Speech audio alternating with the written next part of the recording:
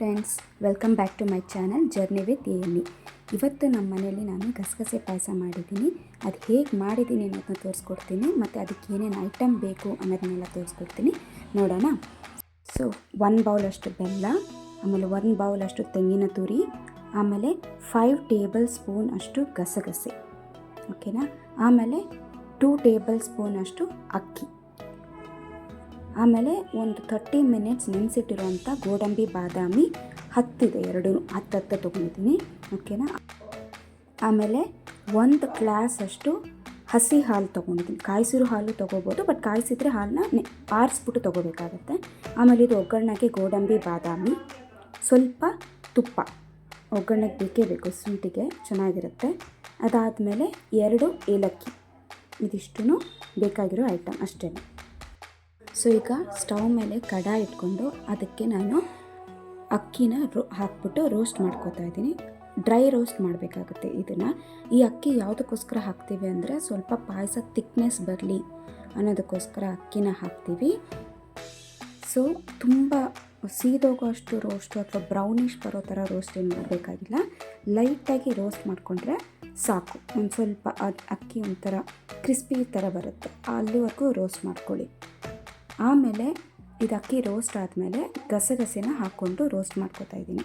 ಗಸಗಸೆನ ತುಂಬ ಹೊತ್ತು ರೋಸ್ಟ್ ಮಾಡಬೇಕು ಅಂತೇನಿಲ್ಲ, ಅದು ಸ್ವಲ್ಪ ಘಮ ಘಮ ಅಂತ ಸ್ಮೆಲ್ ಬರುತ್ತೆ, ಆವಾಗ ನೀವು ಇಳಿಸ್ಕೊಂಡ್ರೆ ಸಾಕಾಗುತ್ತೆ, ಅಲ್ಲಿವರೆಗೂ ರೋಸ್ಟ್ ಮಾಡ್ಕೊಳ್ಳಿ.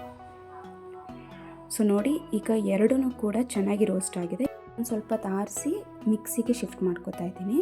ಅದ್ರ ಜೊತೆಗೆ ತೆಂಗಿನ ತುರಿ, ನೆನೆಸಿರುವಂಥ ಗೋಡಂಬಿ ಬಾದಾಮಿನ ಹಾಕಿ, ಆಮೇಲೆ ಸ್ವಲ್ಪ ಹಾಲು ಹಾಕ್ಕೊಳ್ಳಿ. ಫುಲ್ಲು ಹಾಕ್ಬೇಡಿ ಒಟ್ಟಿಗೆ, ಸ್ವಲ್ಪ ಹಾಲು, ಆಮೇಲೆ ಏಲಕ್ಕಿ ಹಾಕಿ ಈ ಥರ ರುಬ್ಬಿದ ಮೇಲೆ ಇನ್ನೊಂದು ಸ್ವಲ್ಪ ಹಾಲು ಹಾಕಿ ನೋಡಿ, ಇಷ್ಟು ಆಗೋವರೆಗೂ ಗ್ರೈಂಡ್ ಮಾಡ್ಕೊಳ್ಳಿ. ಈಗ ಕಡಾಯಿಗೆ ತುಪ್ಪ ಹಾಕ್ಕೊಂಡು ಗೋಡಂಬಿ ಬಾದಾಮಿನ ಹುರ್ಕೊಳ್ಳಿ ಚೆನ್ನಾಗಿ, ಓಕೆನಾ.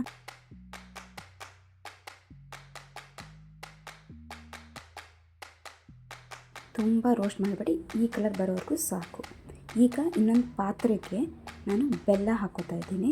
ಬೆಲ್ಲ ಜೊತೆಗೆ ಸ್ವಲ್ಪ ನೀರು ಹಾಕ್ಕೊಂಡು ಆ ಬೆಲ್ಲನ ಕರಗೋವರೆಗೂ ಬಿಸಿ ಮಾಡ್ಕೊಳ್ಳಿ. ಇದು ಪಾಕ ಬರಬೇಕು ಅಂತೇನಿಲ್ಲ, ಆ ಬೆಲ್ಲ ಫುಲ್ಲು ಕರಗಬೇಕು. ಆಮೇಲೆ ಆ ಬೆಲ್ಲನ ಸೋಸಿಟ್ಕೋಬೇಕು, ಬಿಕಾಸ್ ಅದ್ರಲ್ಲಿ ಸ್ವಲ್ಪ ಡಸ್ಟ್ ಇರುತ್ತೆ, ಅದಕ್ಕೋಸ್ಕರ.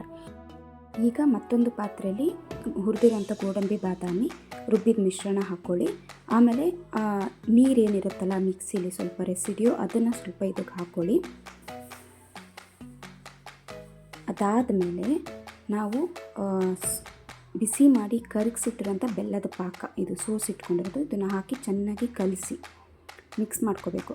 ಆಮೇಲೆ ಅವಾಗ ಕಲಿಸ್ತಾನೆ ಇರಬೇಕು ಇದನ್ನು, ಇಲ್ಲಾಂತಂದರೆ ಗಂಟು ಕಟ್ಟಿಬಿಟ್ಟು ತುಂಬ ಗಟ್ಟಿ ಆಗಿಬಿಡುತ್ತೆ. ಸೊ ಆಮೇಲೆ ಸ್ವಲ್ಪ ಉಪ್ಪು ಹಾಕ್ಕೊಳ್ಳಿ. ಯಾವುದೇ ಸ್ವೀಟ್ ಮಾಡುವಾಗ ಉಪ್ಪು ಹಾಕ್ಕೊಂಡ್ರೆ ಚೆನ್ನಾಗಿರುತ್ತೆ. ಈ ಥರ ಕುದಿ ಬರುವಾಗ ತುಪ್ಪ ಹಾಕ್ಕೊಳ್ಳಿ. ಇಷ್ಟೇ, ಈ ಥರ ಚೆನ್ನಾಗಿ ಕುದ್ಬಿಡ್ತು ಅಂದರೆ ಈ ನಿಮ್ಮ ಗಸಗಸೆ ಪಾಯಸ ರೆಡಿ.